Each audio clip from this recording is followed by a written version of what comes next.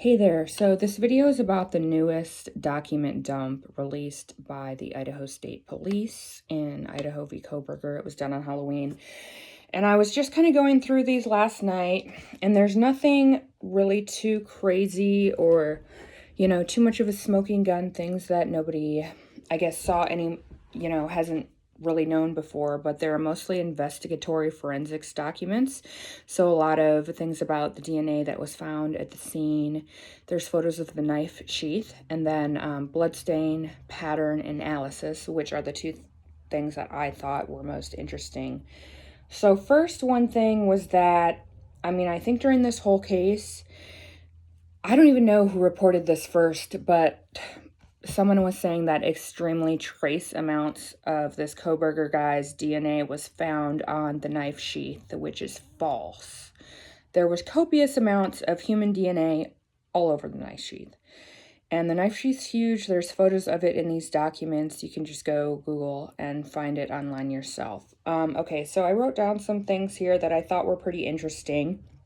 So one thing during the blood stain analysis or blood pattern, blood spatter analysis, I'm not sure what I'm supposed to say, was interesting in that, so when the CSIs came in to do the blood pattern analysis, Ethan's body, or I guess the bed that Ethan's body, one of the victims, was laying on had been moved.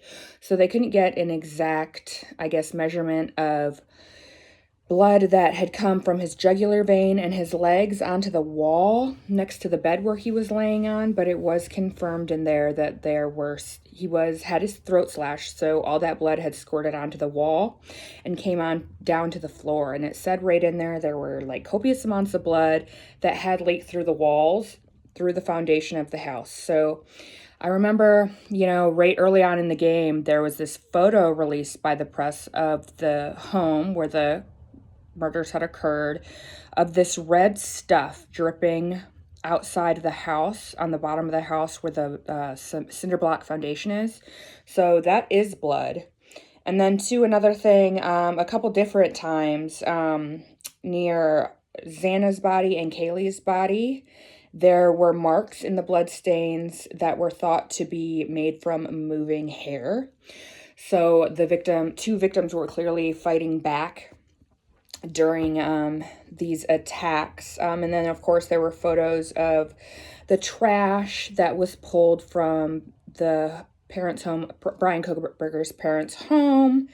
And the FBI initially took DNA from a Q-tip that belonged to his father. And that's how the FBI got this guy. They did IgG to match the DNA from his dad on the Q-tip to the DNA that was on the knife sheath.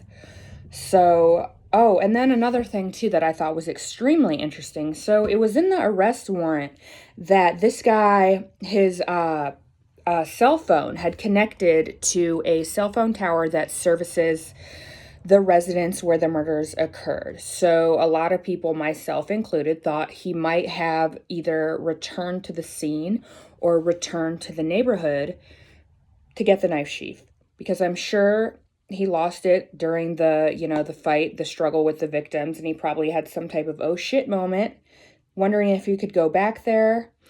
I don't think he went into the neighborhood. He wasn't caught on CCTV that was on the house, but he was caught on CCTV at a gas station just a couple blocks from the home at 9:13 a.m., so about five hours after the murders, and I thought that was extremely interesting. I don't think this footage has been released. If it has, I haven't been able to find it on YouTube or anything. I haven't seen it on any true crime people's pages. Maybe it will be released in the future. I certainly hope so.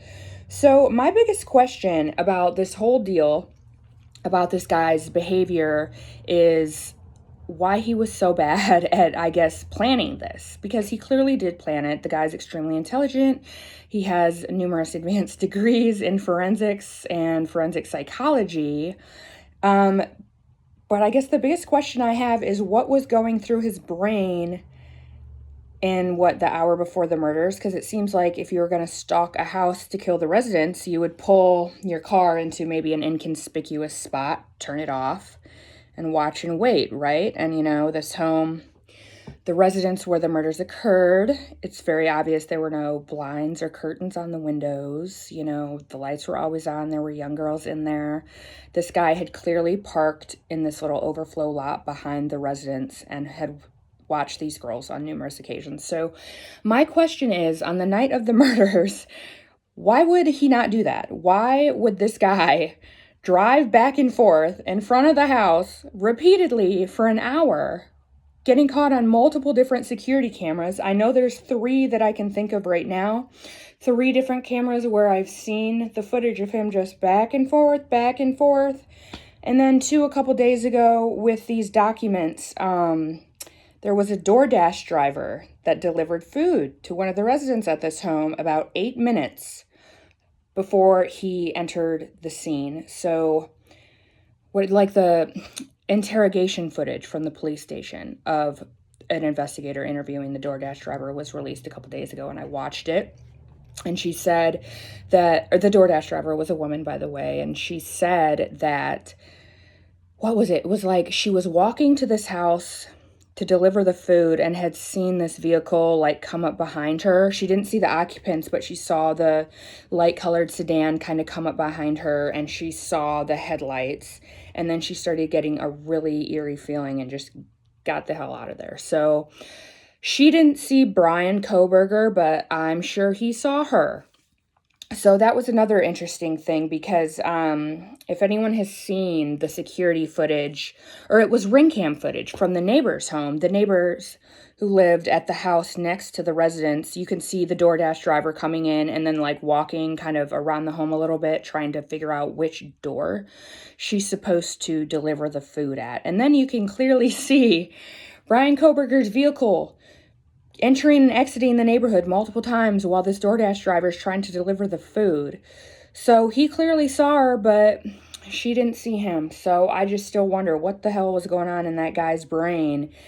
I mean, was he all keyed up and scared? Was he planning to do it that night? Was he going to do it other nights where he had stalked out the house and maybe this seemed like the perfect time? Well, clearly it wasn't the perfect time, because he saw the DoorDash driver. He knew people were awake. He knew the lights were on inside the home. And man, this guy, like, it's just so interesting to me, his cognition, what he was thinking, that he could be so intelligent and really plan this out, but not have the common sense, I guess, to maybe stalk the home properly. And I know that sounds so silly, maybe saying you should have common sense to stalk and murder people. But I feel like when it came down to basic common sense things, like maybe if you're going to murder someone, don't, get caught, don't have witnesses around, don't go into a home where multiple people are awake inside. It's just so weird. It doesn't make any sense to me. And I really hope at some point in the future, someone will interview this guy or study him and figure out what he was thinking. Because, he's clearly psychopathic, but I don't think this guy has enough Machiavellian traits to really hide how horrific he was. So I guess that's all I wanted to say about this, and I think I'm probably going to start doing more true crime videos on different types of cases and making them a little longer like this and putting them on YouTube.